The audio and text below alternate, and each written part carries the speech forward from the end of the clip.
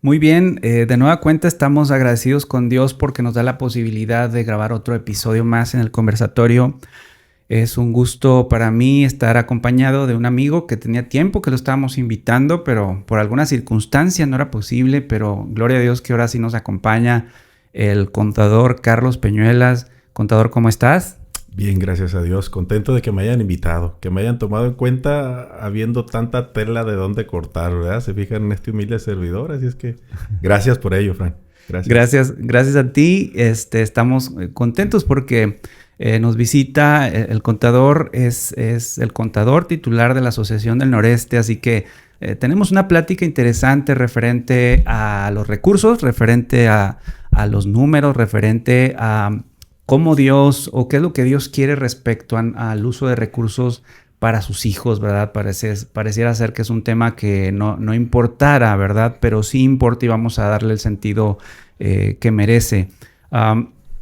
¿Cómo ves, contador? ¿Qué primera impresión te deja esta invitación o este tema, así como introducción? Pues mira, el hecho de que se tomen este tipo de temas en nuestras iglesias me da la impresión de que pues están interesados en conocer más de ello.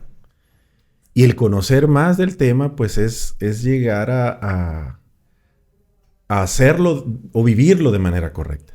Hay cosas que leemos en la palabra de Dios que pues las escuchamos en muchas ocasiones, tristemente a veces no las vivimos, pero cuando llegamos a comprender un tema como Dios quiere que lo comprendamos, finalmente es una bendición para nuestras vidas.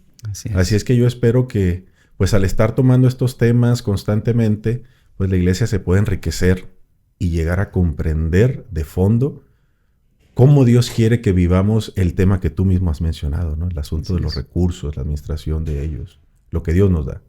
Creo que un excelente marco de referencia lo registra el libro de Salmos, capítulo 24, versículo 1, que hace una declaración que nos debe de situar en donde debemos de estar como seres humanos respecto a Dios. Dice, de Jehová es la tierra y su plenitud, el mundo y los que en él habitan. Es decir, si teníamos duda de quién son todas las cosas, pues esta declaración es tajante. Dice, de Jehová es absolutamente todo. No solamente el mundo, sino todos los que allí habitamos, ¿verdad? En ese sentido, yo me puse a pensar, contador, y dije, bueno, ahora me hace más sentido este versículo que dice que no somos más que miserables, pobres, ciegos, desnudos. ¿En qué sentido? De que no tenemos absolutamente nada. Dios pone en nuestras manos los recursos con la responsabilidad de que sean bien administrados, ¿verdad? ¿Cómo ves este versículo? ¿Qué te lleva a pensar? Definitivamente, Fran, y me da gusto que empecemos por allí, porque hablar de este tema sin poner esa base, pues es quizás hablar cosas correctas, pero con esta base sólida creo que es un buen comienzo. Cuando nosotros reconocemos el derecho de propiedad de Dios, tenemos un buen comienzo. No podemos decir, o mejor dicho, quisiera decir, y espero que no se malinterprete, que tenemos una sola cosa que podemos decir que es nuestra. Todo lo demás, como dice Salmo, pertenece a Dios. ¿Qué es? Mi voluntad. Cuando yo le entrego mi voluntad a Dios, porque finalmente, ¿recuerdas cuando Dios creó el mundo? Dios nos dotó como seres humanos de un libre albedrío. Y a eso me refiero, a ese libre albedrío, esa capacidad de decidir. Es lo único que quizás pueda decir, es mío. Pero cuando yo digo, se lo entrego a Dios, como Él quiere que lo hagamos, no hay otra cosa que yo le pueda dar. Le entrego mi libre albedrío, le entrego mi capacidad de decidir, le entrego mi corazón. ¿Qué otra cosa le puedo dar si Salmo 24 ya dice que de Jehová es todo? Incluso yo mismo me pertenezco a Él. Me creó y me redimió. Así es que es una buena base, creo, Francisco, para esta conversación, el tener ese texto de entrada. Así es. Reconocer que Dios es dueño de todo. Sí, qué excelente regalo el del libre albedrío.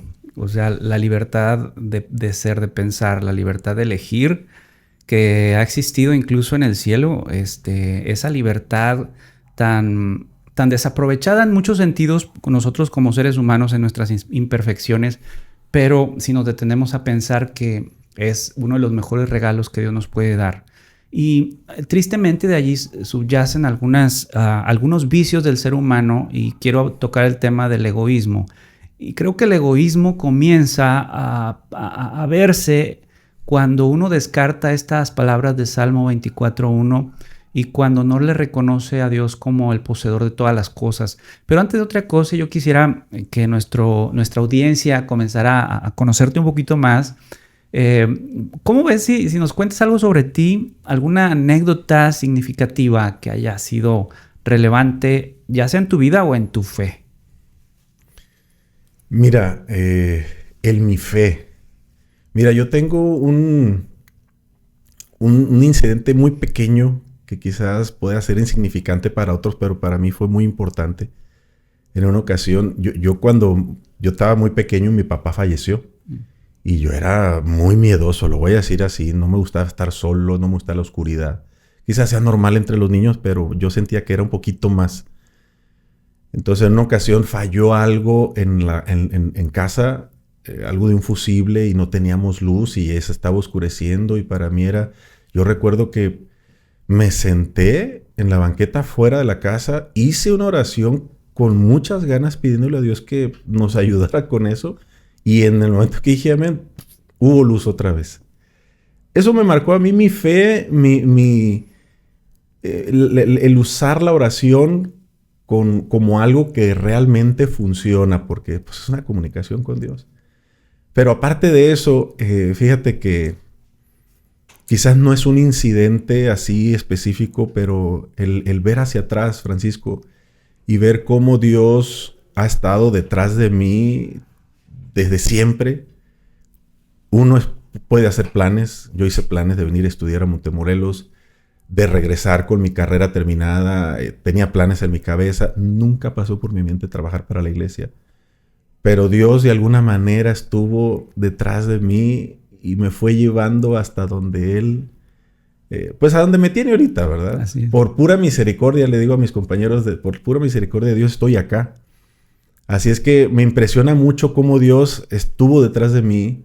Las oraciones de mi madre, que siempre han estado intercediendo ante Dios por mí. Y no puedo dejar por fuera las oraciones que actualmente todavía hacen mi madre y mi mujer, ¿verdad? Mi esposa. Fíjate cómo esto que me compartes y que nos compartes, tú iniciaste diciendo que puede llegar a sonar insignificante, pero cómo es la vida de los seres humanos, que yo te puedo decir que si tú lo tienes en tus recuerdos, en tus memorias, es porque precisamente se ha hecho memorable, y algo memorable tiene un impacto profundo en nuestras vidas. Entonces, este encuentro con la oración y con este pequeño milagro de los pequeños, no sé si llamarle pequeños caprichos que Dios también nos cumple, o pequeñas peticiones que Dios nos cumple, ¿cómo marca nuestras vidas? Yo también tengo varias anécdotas de ese tipo, y es interesante que las recordemos y que las traigamos a nuestra memoria, porque en realidad han marcado en gran cantidad o en gran medida nuestras vidas. Y ahorita lo acabas de decir también, que eso seguramente te hizo confiar mucho más en la oración intercesora de los padres, en la oración que hoy tú puedes hacer, ¿no? Bien, tú estás rodeado del tema de los números por lo que haces y a lo que te dedicas. ¿Cuándo es que te encuentras con los números, o este gusto por la contabilidad y por acercarte a esto? Fíjate que fue en la preparatoria. Yo en secundaria todavía ni me pasaba por la cabeza qué era lo que yo quería ser ya de grande. Fue definitivamente en la preparatoria cuando ya me decidí. Creo que ya fueron mi último año de preparatoria, el quinto y sexto semestre, donde me fui al área de contables. No sé, el ver a mi hermano que también estaba estudiando contabilidad me animó más. Así es que en algún momento él mismo me preguntó que qué iba a estudiar. Le dije, yo quiero estudiar contabilidad. Ah, qué bueno, como que eso también me animó, el ver que a él también le pareció bien. Dije, bueno, pues yo creo que vamos por buen camino. Y la verdad que estoy contento de que Dios me haya puesto eso en mi corazón. Pero fue más o menos en la preparatoria. No más o menos, en la preparatoria fue. Ok. Y hace un momento mencionaste que ya uno de grande como que ve hacia atrás y va entendiendo o uniendo los puntos, ¿verdad? Ahorita mencionabas que pues Dios te ha traído hasta aquí. Dios te ha puesto en un cargo importante relacionado con los recursos. Y de ahí mi siguiente pregunta. Para muchas personas que nos estén escuchando dentro de la audiencia, contador, de pronto cuando se habla del entorno cristiano y espiritual, alguien podría llegar a pensar que los recursos no importan, ¿no? O que los recursos están más cercanos a las riquezas y a lo material y por lo tanto al pecado que a las cosas buenas, espirituales y las cosas de Dios. ¿Cómo poder conciliar estas dos posiciones? ¿Qué opinas de esto? Híjole, bueno, mira, sí, hablar de recursos es algo, yo siempre lo he dicho, es algo delicado. Administrar recursos hay que hacerlo de una manera muy clara, pero el tener recursos en nuestras manos para administrarlos, pues para empezar debiera darnos un sentido de responsabilidad muy grande delante de Dios, porque como leímos al inicio, sabemos que todo es de Dios. Si pone algo en nuestras manos, es Dios quien lo ha puesto, nos está confiando algo y no tienen nada de malo los recursos. De hecho, en Deuteronomio, si mal no recuerdo, menciona ahí que no debemos de olvidar quién es quien nos da el poder para hacer la riqueza. Entonces, en sí, la riqueza, el dinero no es malo, sino la manera en que nosotros lo veamos y lo usemos. Claro. Si yo me desvivo por obtener más recursos, pero solamente para satisfacer deseos, caprichos, pues entonces estamos cayendo al lado de que sabemos que no es lo correcto. Pero si yo estoy consciente de que el recurso que está en mi mano no es mío, Dios lo ha puesto en mi mano para poderlo administrar, y como Dios le dijo a Abraham en algún momento, te bendeciré, pero lo dijo para que seas bendición. Si nosotros tenemos claro en nuestra mente el hecho de que el recurso llega a nuestra mano, pero con un propósito bien definido de parte de Dios, pues es una bendición. Lejos de ser algo malo, debiéramos de verlo como una oportunidad de bendecir a los demás y, claro, usarlo para poder hacer avanzar la obra de Dios en esta tierra. Dice la hermana Elena que no debemos dejar pasar un solo día sin que hagamos algo para adelantar la obra de Dios en la tierra. Y para todo se necesitan recursos. Okay. Cuando estoy, Francisco, en la oficina con los compañeros haciendo algunos planes, mientras escucho a mi presidente, al secretario, los departamentales platicar y hacer planes, proyectos, queremos hacer esto, cómo ven si hacemos lo otro, mientras ellos platican, yo por aquí por abajo voy haciendo cuentas.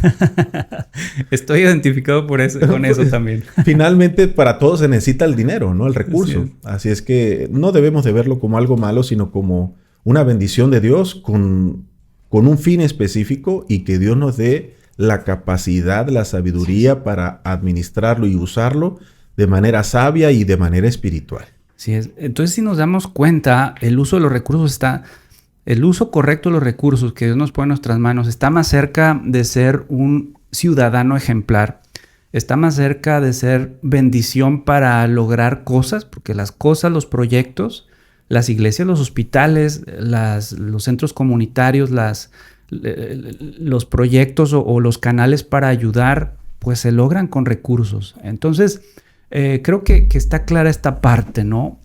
Nosotros lo vemos desde el punto de vista de una ciudadanía ejemplar, y no por jactancia, sino porque Dios refleja a través de sus hijos su carácter, ¿verdad? Un carácter de personas o cristianos que con lo que tienen en sus manos para hacer, lo hacen para bendición y para Amén. Bendecir, ¿verdad? Aquí, cuando se habla de recursos, contador, hay un tema que, desde mi punto de vista, no es para nada controversial, pero seguramente alguien que nos está viendo, para él tal vez sí lo sea, ¿no? En las comunidades cristianas en ocasiones se debate el tema del diezmo.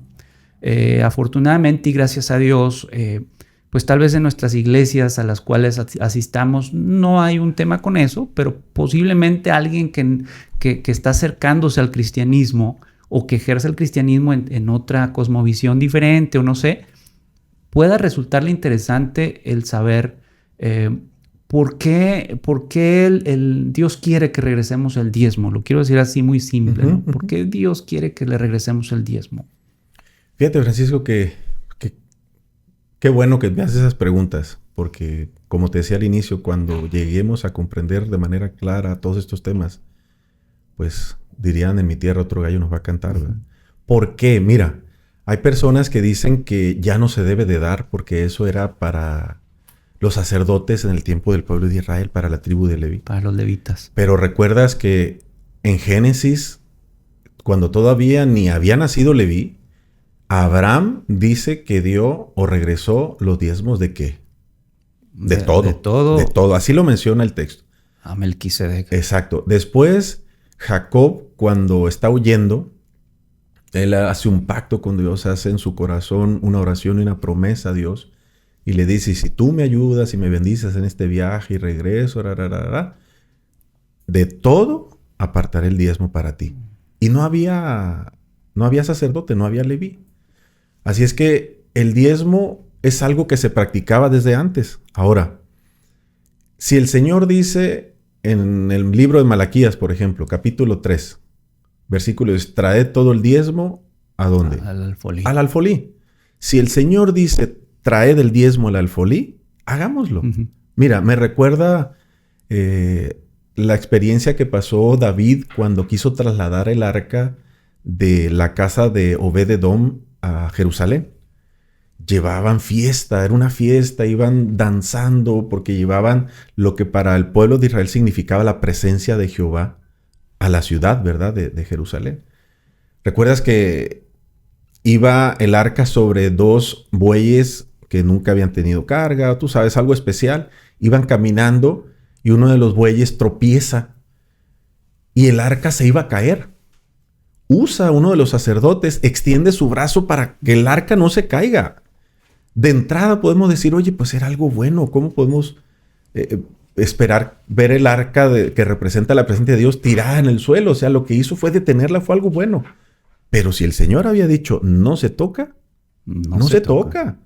Dejemos que el Señor, no sé, haga algo, pero si dijo no se toca, no se toca. Entonces, si en Malaquías el Señor dice, traed el diezmo al alfolí, pues traigámoslo al alfolí. Así es. No, pero es que yo tengo un vecino que está enfermo y yo creo que le puedo ayudar. No discutamos eso con el Señor, ¿verdad? Traigámoslo al alfolí. Cuando hay obediencia, Francisco, hay bendición. Así es.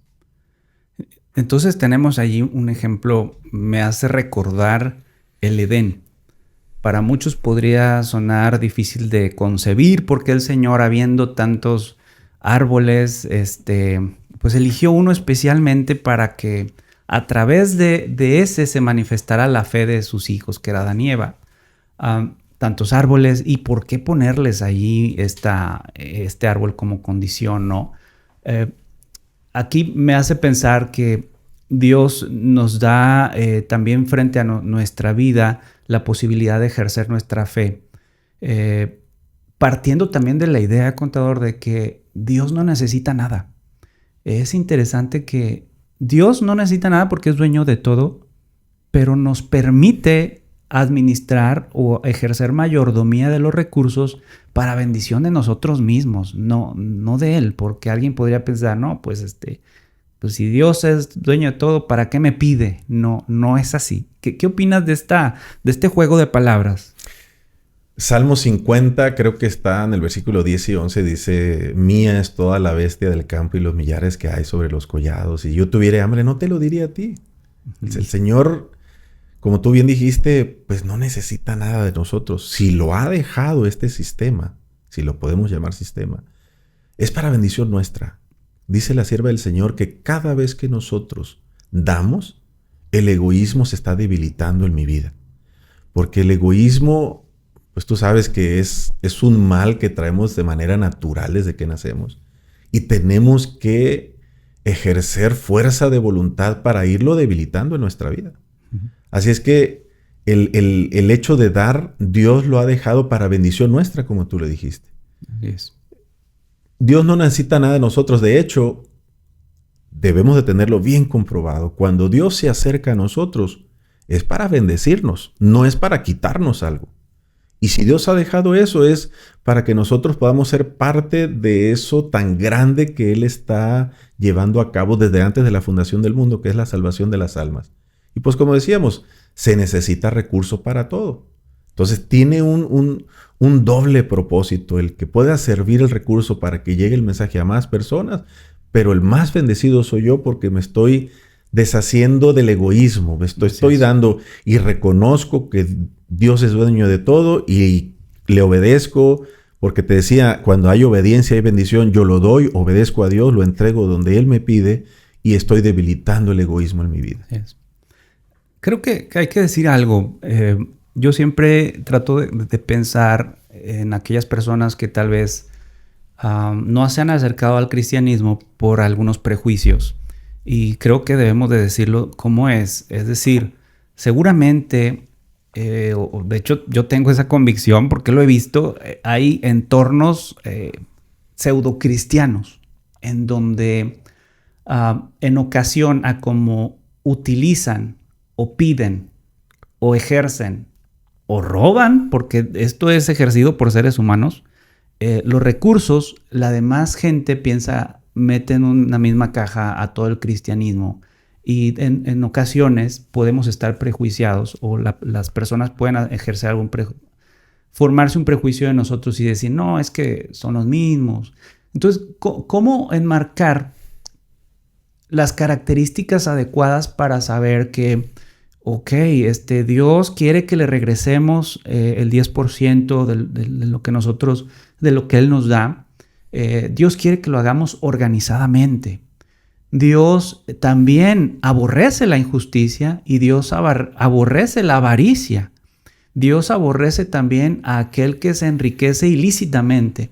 Entonces, ¿cómo separar estas dos cuestiones y poder dar un buen mensaje a alguien que nos está escuchando y que tiene en su corazón el prejuicio contra el cristianismo en ese sentido? A ver, déjame ver si capté bien la pregunta o el comentario. O mejor... Sí, es decir, alguien que pueda estarnos escuchando no es cristiano y ha escuchado muy malas experiencias y le constan varias cosas de cómo se han usado mal los recursos. Okay. Y muchas veces esas personas echan en la misma caja todo el cristianismo. Yeah. ¿Cómo poder argumentar a favor del ejercicio adecuado de los recursos en la iglesia? Mira, nuestra iglesia pues es una iglesia sumamente organizada. Cada peso que se pone en el alfolí cada sábado tiene su distribución y llega un granito de arena hasta el otro lado del mundo. Tan organizado estamos así como iglesia. Obviamente, pues como seres humanos, pues todos nos equivocamos. Todos cometemos errores, incluso en el afán de hacer las cosas bien, aún así nos podemos equivocar. Claro. Si nos meten en la misma caja, como tú dices, bueno, ¿qué podemos hacer? De nuestra parte, quizás trabajar desde dentro de nuestra iglesia para que la iglesia, de parte nuestra, tenerla bien informada. De hecho, nuestro manual de iglesia, Francisco, menciona que las iglesias locales debieran de dar un informe, en este caso el tesorero, a la congregación por lo menos una vez cada 3 meses de los recursos. Es decir, algo sencillo, saldo inicial, ingresos, gastos, en qué se gastó y el saldo final. Algo así de sencillo. Debemos de estar constantemente informando, generar, decía el ingeniero Verduzco, no sé si lo llegaste a escuchar en algún momento, quien fue tesorero de la división por varios años, decía que debemos de generar un ambiente de confianza en la iglesia local. Como asociación, en nuestro caso, nosotros también tratamos de estar informando a la Junta y debemos de estar informando también a los congresos. Estar informando genera confianza en la iglesia. El saber qué se hace con los recursos genera confianza. Yo siempre lo he mencionado que no debiera ser, pero que finalmente cuando se llega a hacer mal uso de los recursos, pues la iglesia tiende a dejar de ser fiel. Y que cuando somos transparentes e informamos, la iglesia se motiva a ser fiel. Debiéramos ser fiel en todo momento. Finalmente, mi compromiso es con Dios.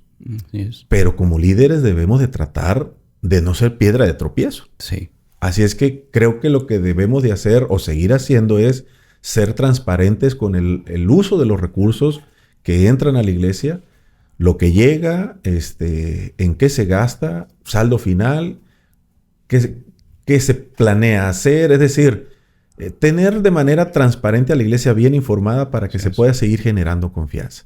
Así es. Si alguien nos está escuchando, una de las cosas que a mí me gusta presumir de la manera correcta sobre la iglesia es precisamente esa estructura a nivel mundial que tenemos. Yo iba a decir orgullo santo cuando te estaba diciendo. Orgullo santo. Tú yo lo has dicho, ¿no? Me gustó más orgullo santo, ¿verdad? Que no somos iglesias aisladas, la iglesia adventista. No somos iglesias administradas 100% centralizadas en nosotras mismas, sino que tenemos una estructura, por decirlo rápido, que viene de una conferencia general a nivel mundial y se distribuye en zonas geográficas, zonas países, zonas grandes geográficas que son las divisiones. Después de las divisiones se llega al país, en este caso México, y cada país tendrá las suyas, que tenemos uniones dentro de los países. Después de las uniones están las asociaciones y luego están algunas misiones y luego está la iglesia. Entonces, la comunicación que se da de forma bidireccional es de transparencia, de auditoría, de sueldos transparentes, etc. ¿Por qué lo digo? Porque también debo decir que existen comunidades cristianas que pues tal vez cobran según ellos consideran que deben de cobrar o utilizan los recursos como ellos consideran que deben de cobrar. Y como decías hace un momento, contador, muchas veces se hace con buena intención, pero se cometen errores como seres humanos. Y también como seres humanos, pues hay de todo. Hay personas que puedan estar tomando malas decisiones a conciencia. Pero yo sí quiero decir orgullo santo de la iglesia, de la estructura que tiene y su afán por transparentar los recursos, ¿no? Y la manera como estamos organizados, ¿sí? No, y fíjate que incluso decía, y tú lo acabas de repetir, ¿verdad? El hecho de que pues como seres humanos pues cometemos errores, pero a veces se da una impresión equivocada aun cuando no se está cometiendo algún error y pues el ser humano tendemos a ser así, percibí eso y lo tomo como que eso es. Y bueno, sí, lo malo siempre fluye por las calles como agua, ¿no? Cuando está lloviendo. Así es que sin ser correcto o cierto, se puede dar una impresión. Y pues ya nos metieron en la caja que tú mencionabas, exacto, ¿no? De manera general. Pero bueno, como iglesia tratamos de que hay un ambiente de transparencia, de confianza, para seguir motivando a la iglesia a que siga siendo fiel. Que lleguen más recursos, sí, bendito Dios, podemos hacer más planes con ello. Pero cuando incentivamos a que sea fiel, estamos ayudando a su relación con Dios también. Porque cuando no hay fidelidad, pues la relación con Dios empieza a estropearse un poco, a menguar. Entonces, si de nuestra parte ayudamos para que ese lado se mantenga firme, que sea fiel, le motivamos a que el miembro de la iglesia sea fiel. Bueno, bendito Dios, nuestra parte ya la estamos haciendo. Habrá otros ministerios, otra parte de nuestra iglesia que haga su trabajo también para que de manera integral el miembro pues siga siendo fiel a Dios y sigamos en el cumplimiento de la misión. Sí, y yo me refería un poco al evangelio de la prosperidad. O sea, nosotros como adventistas no creemos en eso. Ahorita seguramente me vas a compartir tu opinión. Pero dentro de este espectro del cristianismo, en donde alguien que no conozca a la iglesia nos podría someter, pues está también quienes predican de esa manera, ¿no? El hecho de que se trata la fe como una especie de condición comercial.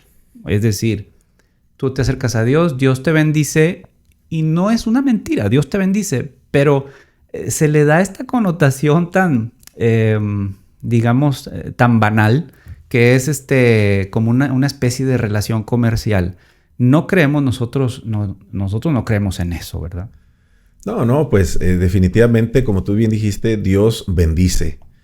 Pues Dios nos ama, Francisco. O sea, tú tienes hijos, yo tengo hijos y queremos lo mejor para ellos. Y si nosotros tuviéramos la capacidad de darles todo lo que necesitan, pues yo creo que se lo daríamos, ¿no? Pero la manera en que ese tipo de pensamiento ve la manera en que Dios nos quiere prosperar, pues como bien dijiste, no es correcto el pensar que Dios quiere que yo prospere en todas las cosas y veo el asunto del Evangelio, de la palabra de Dios o incluso el mismo Espíritu Santo lo quiero usar para pedir solamente y para mi beneficio. Pues creo que estamos cayendo en lo que decíamos al inicio, la manera en que nosotros vemos los recursos. Entiendo que el Evangelio de la prosperidad es tratar de usar a Dios solamente para fines egoístas, es decir, para que me bendiga, pero porque quiero estar bien nada más. Y es que pues Dios quiere que esté bien y Dios me tienes que bendecir. Hay muchos textos en la Biblia que hablan también de que debemos de estar contentos con lo que Dios nos da. Exacto. Y por ejemplo, las pruebas, las dificultades, Dios las utiliza para probar a la fe de sus hijos, para preparar a sus hijos. Tenemos el caso de Elías. Elías, antes de enfrentar ese gran episodio de fe a los profetas de Baal, Dios le prepara en Kerit y Dios luego lo prepara en Sarepta y le da lecciones profundas al profeta en donde le dice, mira, vas a Kerit y debes de tener fe y confiar de que yo te voy a sustentar allí. El agua se secó del arroyo, pero aún secándose el agua del arroyo, Elías no quebrantó su fe. Continúa y luego le dice, ¿sabes qué? Vete a Sarepta y resulta que en Sarepta te voy a sustentar, pero te lo voy a hacer a través de una viuda que está a punto de morir con su hijo por la hambruna. Y ahí va Elías preparándose y ejerciendo su fe y haciendo crecer su fe. Y eso me hace pensar entonces que el Señor también no nos va a encapsular, ¿verdad? A dejar por fuera de las dificultades y de las pruebas. Eso es lo que a mí me incomoda de la prédica del Evangelio de la Prosperidad, en donde se habla de que tú no vas a tener ninguna dificultad y que se presenta la fe como un mero negocio, ¿no? Insisto, Dios nos quiere bendecir y Dios nos bendice implícitamente, pero ojo, no olvidemos que en esa bendición de Dios también están las pruebas. Como decía Pablo, ¿verdad? Pues me puedo caer, pero me levanto. Alguien me puede golpear, pero mi fe no flaquea. Y por lo demás, hermanos, ¿verdad? Y empieza el apóstol Pablo a narrar sus dificultades. Si realmente pensáramos que estando del lado de Dios vamos a ser ricos y no nos va a nunca nos va a faltar nada y vamos nunca vamos a tener ninguna dificultad, es un error. Claro, es como decirle a alguien, mira, si te entregas a Jesús, tus problemas se van a acabar. Eso sería una mentira.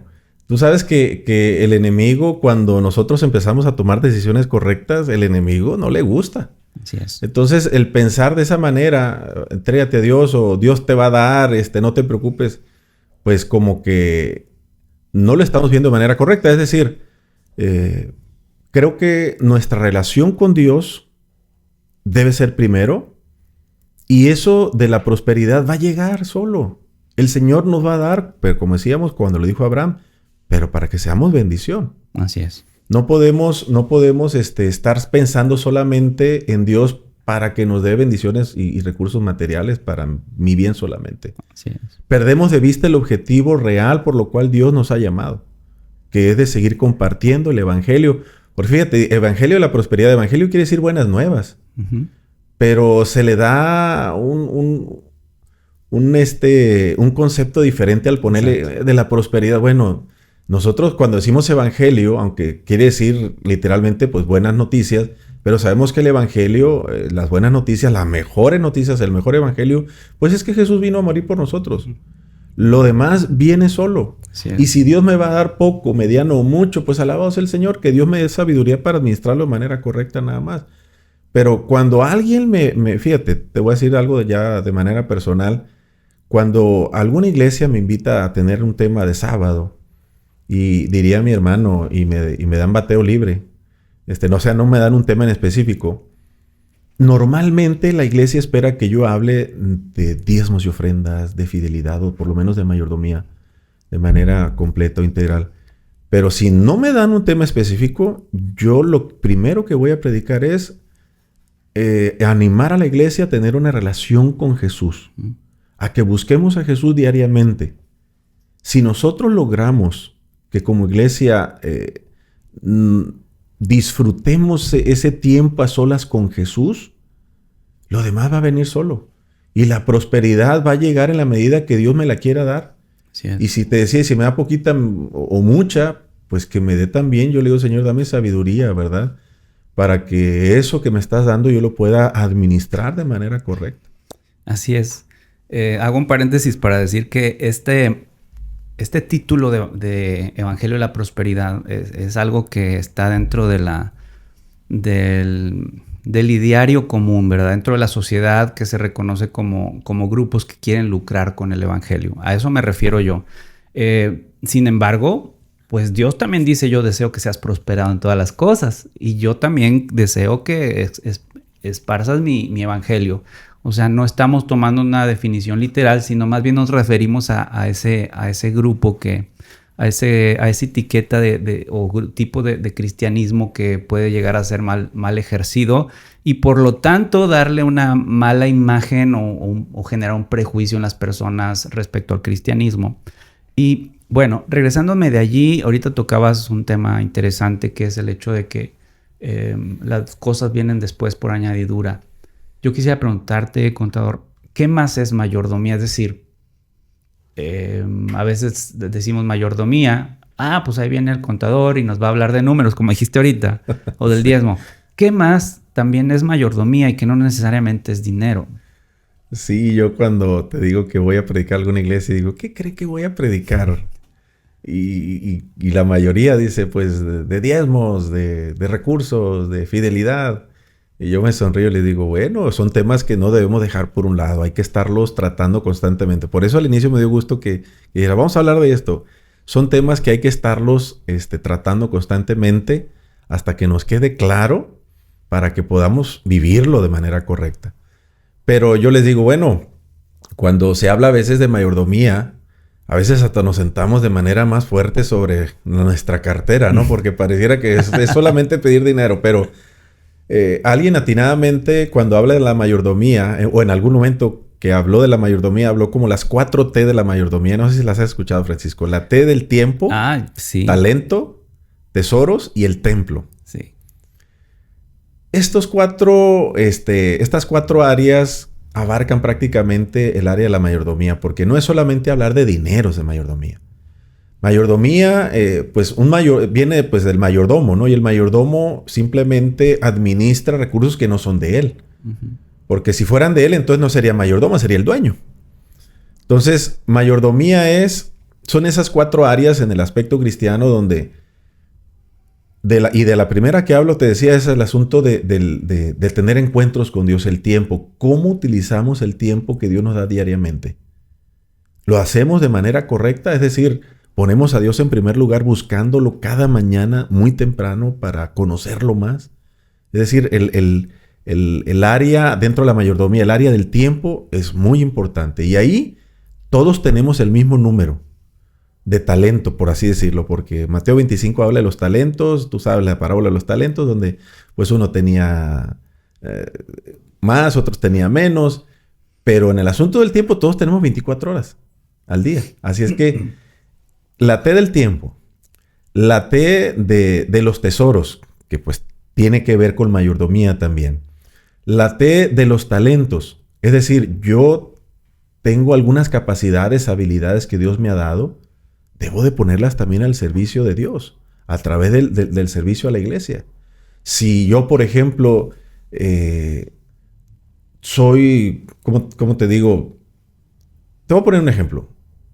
A mí me encantaría, y lo he pensado mucho, digo, cuando ya esté yo viejito o jubilado, que asista solamente a una iglesia cada sábado, porque ahora pues estamos en una iglesia un sábado, otra iglesia otro sábado, pero cuando yo esté ya solamente en una iglesia, yo voy a pedir ser diácono y voy a querer estar el sábado en la mañana temprano en la iglesia para darle la bienvenida al que va llegando, y el que se deje le voy a dar un abrazo.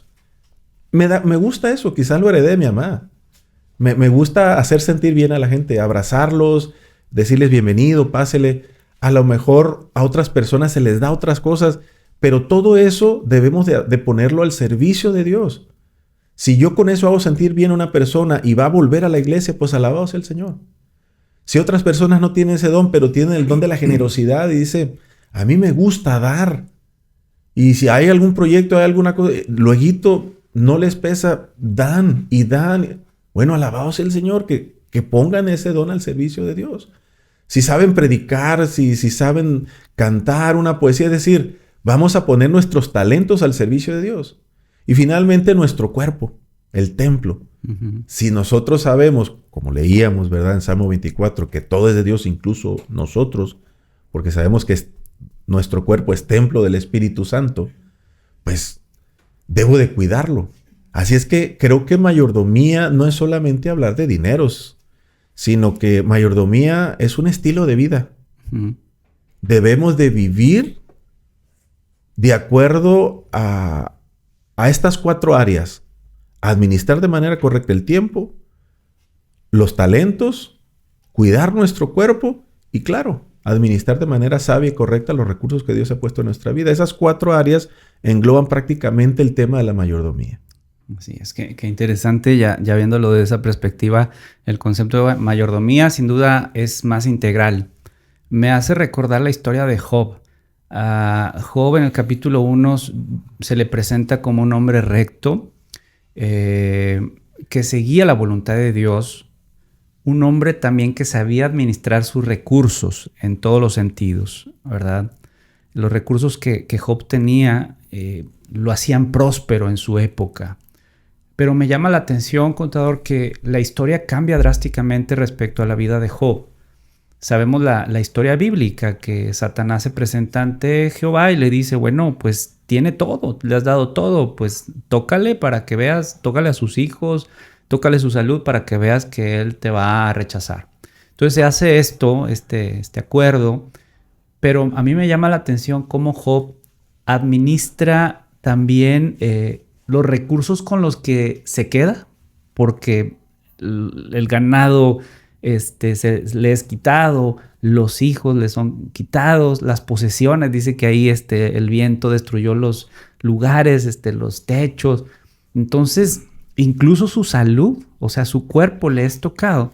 Pero me llama la atención cómo Job, en su espiritualidad inquebrantable y su relación con Dios, es un ejemplo de cómo podemos administrarnos también en tiempos difíciles, que es para mí también una gran lección el caso de Job, porque alguien podría decir, bueno, ya estamos listos con esta charla que acabo de escuchar, administrar los recursos de la mejor forma, pero habrá tiempos difíciles en donde tengamos que aprender a administrar los recursos, no sé cuáles, tal vez el tiempo, ¿verdad?, que tenía Job, o lo que tengamos en tiempos difíciles. Y el caso de Job a mí me deja esa reflexión. ¿Qué opinas del pasaje? Pues mira, Francisco, yo creo que si Job finalmente en la adversidad reaccionó de esa manera, yo casi estoy seguro que es por la relación que tenía con Dios cuando todo era bonanza.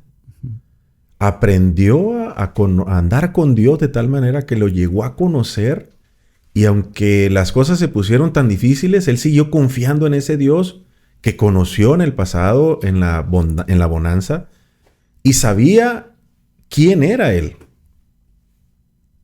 Me recuerdan los jóvenes hebreos, la fidelidad de ellos en un país lejano, donde ellos eran extranjeros, los llevaron cautivos, se mantuvieron fieles. Yo quiero pensar que fue porque en el pasado los padres les enseñaron a tener una relación diaria y fuerte con Dios.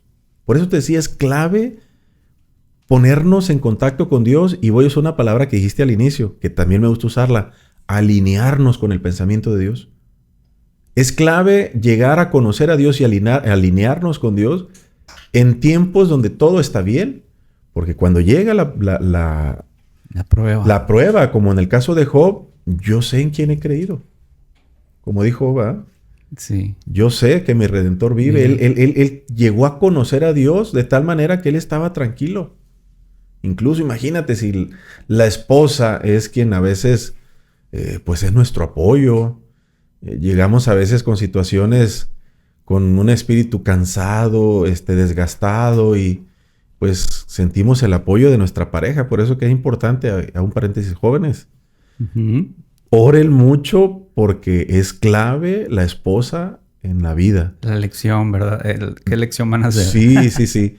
Y en el caso de Job, imagínate que ella misma le dijo, oye, ya maldice a Dios y muérete. Como bien dijiste, nos llama tanto la atención la fidelidad de Job en esos momentos como para haber aventado la toalla.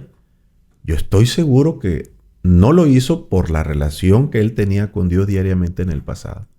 Qué buena historia, qué relevante para lo que estamos hablando. Y otra prueba más de que habrá circunstancias en donde venga la prueba, pero mi fe inquebrantable no debe depender de los recursos que poseí, sino debe de depender de otro tipo de recursos que es pues como que mi termómetro de fe, ¿verdad? ¿Para qué? Para mantenerme con esa fidelidad que sea igual a cuando existía la bonanza, ¿verdad?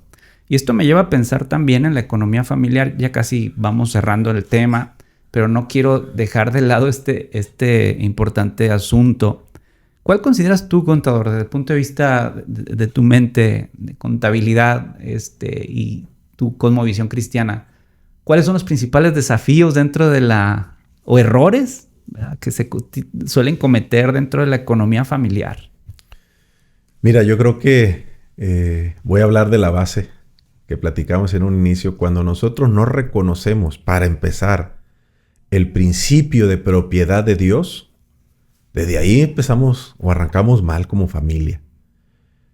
Cuando recibimos nuestros recursos, el pago de mi trabajo, ya sea semanal, quincenal, mensual, o si tengo algún negocio y pues veo los ingresos, los recursos que están llegando a nuestra familia. Y entonces, al ver que tengo que devolver o regresar el diezmo a Dios, y empieza en mi mente al estira y afloja, lo doy, no lo doy, desde ahí, y empiezo a pelearme con Dios. Cuando hacemos eso en nuestra mente, estamos peleando con Dios acerca de quién es el dueño. Porque Dios ha dicho, mío es todo, mira, usa lo demás, dame nada más una décima parte. Yo creo que uno de los errores que cometemos con familia es pelearnos con Dios acerca de quién es el dueño cuando decimos lo doy o no lo doy. Ese es uno de los principales problemas que pudiéramos tener como familia si tenemos problemas financieros. El no reconocer que Dios es dueño de todo y que Él me está pidiendo los diezmos. Va a ser bendición para nuestra vida, como ya lo hemos mencionado. Lo otro, o el segundo punto que creo yo que pudiera ser uno de los errores que más cometemos, es estar viviendo por adelantado. Es decir, gastar antes de ganar. ¿Sabes a qué me refiero? Sí. Hoy en día las tarjetas de crédito son una bendición si las sabemos usar de manera correcta. Pero hay personas que les quema el dinero en la mano. Y son compradores compulsivos. Yo les recomiendo que si usted es un comprador compulsivo, no use tarjetas de crédito. No utilice tarjeta de crédito. Y deja que el recurso en casa lo administre, ¿quién crees? ¿El hombre o la mujer? Pues quien se le dé mejor, ¿no? Correcto. Yo a veces pregunto en las iglesias, a ver, hermanos, ¿quién debe administrar el recurso en casa? ¿El hombre o la mujer? Y entonces empieza el debate, ¿no? Le digo, hermanos, quien tenga la habilidad para administrarlo, ese lo debe administrar, ya sea el hombre o la mujer. Así es que si nosotros gastamos el dinero antes de ganarlo, pues ese es otro error que comúnmente cometemos. Otro de los errores que también contribuyen a que a veces no nos vaya bien en las finanzas familiares es que no tengamos bien definido cómo vamos a gastar ese dinero que Dios nos ha dado. Es decir, si no tenemos un presupuesto, aunque sea sencillo, no vamos a saber a dónde se nos va el dinero. Como vienen llegando las cosas a golpe y porrazo, pues esta necesidad, pues gastamos, pero no nos administramos, nos decimos, a ver, vamos a recibir esto y vamos a ver qué es lo que nosotros necesitamos, cuáles son nuestras necesidades. Y yo les recomiendo una vez más que al llegar recursos a casa, lo primero que usted haga es separar sus diezmos y sus ofrendas. Porque en las matemáticas de Dios, 8 es más que 10. ¿Ok? Número 4. Creer que un pequeño gasto aquí, otro pequeño gasto allá, otro más allá, no nos va a afectar. ese es otro de los problemas que nos lleva también a debilitar nuestras finanzas en casa. Los gastos hormiga. Sí.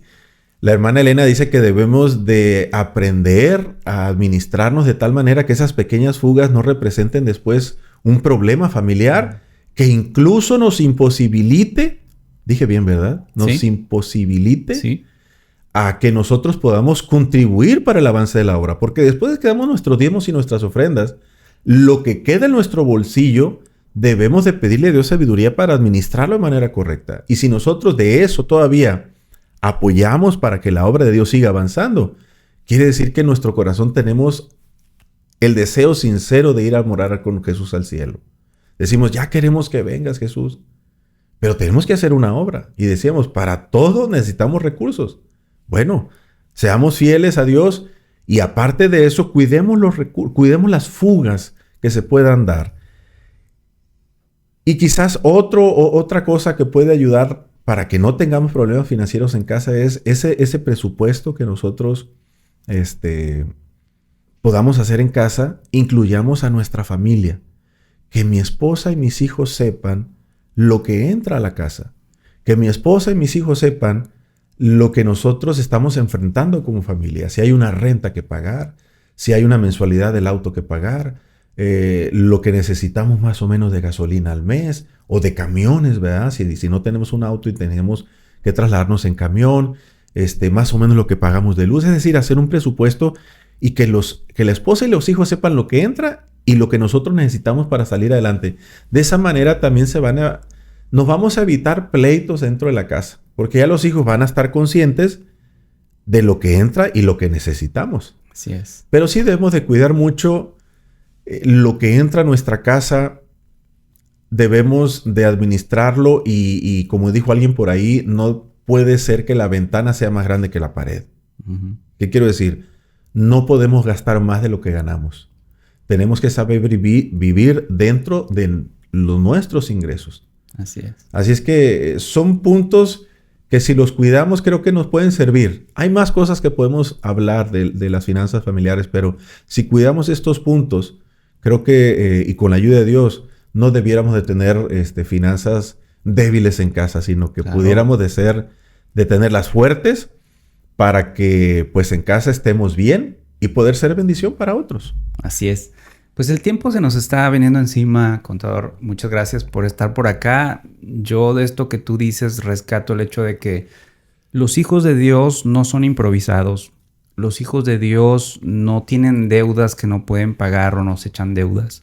Los hijos de Dios no se quedan con pendientes de pago o obligaciones inconclusas.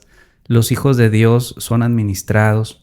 Los hijos de Dios tienen que mirar hacia el futuro, un futuro que debe de ser sostenible y sustentable.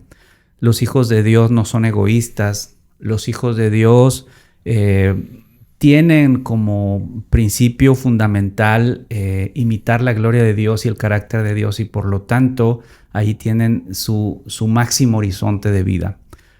No sé si quieras tú añadir algo, un comentario final para ir cerrando este espacio. Pues mira, cuando nosotros tenemos el amor de Dios en el corazón, quiere decir que yo ya lo llegué a conocer de tal manera que lo que Él me pide para mí no va a ser una carga. Yo lo voy a hacer con mucho gusto. Y este asunto de la mayordomía, de las finanzas, pues no son conceptos solamente que debemos entender y dominar, sino vivirlos. Decía, no sé si en algún momento ya te comenté o te compartí la experiencia que tuve en una iglesia donde hace un año creo que estábamos terminando la lección que hablaba acerca de la muerte. Y una hermana, la última semana del trimestre, obviamente la última semana del año, cuando estábamos repasando esa lección el sábado, una de las hermanas de la iglesia donde yo estaba ese sábado se levantó para también comentar, pasó hasta el frente y dijo, hermanos, antes de que estudiáramos esta lección, a mí el tema de la muerte me daba miedo. Pero ahora que lo comprendí, dijo ella, para mí es un tema de esperanza, es un tema. Y empezó ella, y mientras yo la escuchaba, dije, en el asunto de la fidelidad, en el asunto de la mayordomía, cuando nosotros llegamos a estudiarla, la llegamos a comprender como Dios quiere que la comprendamos, va a ser para nosotros otra cosa, va a abrir nuestros ojos, nos vamos a dar cuenta que Dios no lo dejó para quitarnos algo, como te decía, sino porque nos quiere bendecir. Está viendo cuánta capacidad tenemos para que Él pueda seguir poniendo más recursos en nuestras manos. Si Él pone una cantidad de recursos y ve que no la estoy administrando de manera correcta, pues a lo mejor me va a ir dando solamente para que vaya sobreviviendo. Pero si ve que soy un buen administrador, me va a seguir confiando más recursos, yo los sigo administrando con la ayuda divina y sigo siendo bendición para otros, el Señor puede seguir confiando más recursos a mí, en mis manos. Así es que pues yo animo a quien nos escucha, Francisco, a que conozcamos a Dios, primeramente, que conozcamos a Dios, que lo busquemos en su palabra. Vamos a darnos cuenta, como leímos en Salmo 24, que Él es dueño de todo. Y entendiendo todo eso, yo no voy a tener problema en ser fiel a Dios. Yo no voy a tener problema en poner mis talentos al servicio de Dios. No voy a tener problema en cuidar mi cuerpo. No voy a tener problema en dar mis recursos. Porque lo estaría haciendo con gusto, por amor a ese Dios que yo ya conozco y que ha hecho tanto por mí, que lo que yo haga se queda muy, muy cortito. Muy cortito. Así es que qué bendición que podamos tener este tipo de temas y pues que Dios nos ayude a ser buenos administradores. Que cada uno de ellos sea hallado fiel, ¿verdad? Así es lo que pide Dios de nosotros. Y no se refiere a administradores de asociación o de los gobiernos. Todos administramos recursos, tiempo, talentos. Así es que todos somos administradores, que Dios nos ayude a que cuando Él venga nos encuentre fiel. Qué dulce, con esto termino, Francisco, qué dulce va a ser para nuestros oídos escuchar las palabras de Jesús. Bien, buen siervo y fiel. Sobre poco has sido fiel, sobre mucho te pondré. Pásale. Te digo, qué dulce va a ser a nuestros oídos escuchar eso, porque es lo que más anhelamos. Sí. Así es que Dios nos ayude a que este tema sea una bendición para mi vida y que cuando lo escuchemos no nos sentemos más fuertes sobre nuestra cartera, sino que lo podamos disfrutar y compartir. Contador, pues muchas gracias por habernos acompañado y cierro este espacio. No hay un mejor cierre que el que acabas de dar, pero repitiendo, de Jehová es la tierra y su plenitud, el mundo y los que en él habitamos. Que Dios te bendiga. Muchas gracias, Francisco. Agradezco nuevamente que me hayas invitado. Siempre aprendemos algo. Yo aprendí de ti también el día de hoy. Y esperamos con la ayuda de Dios que pues lo que platicamos ahora humildemente pueda ser bendición para quien lo llegue a ver, ¿verdad? Muchísimas gracias por invitarme. Que Dios les bendiga. Muchas gracias, contador. Un abrazo.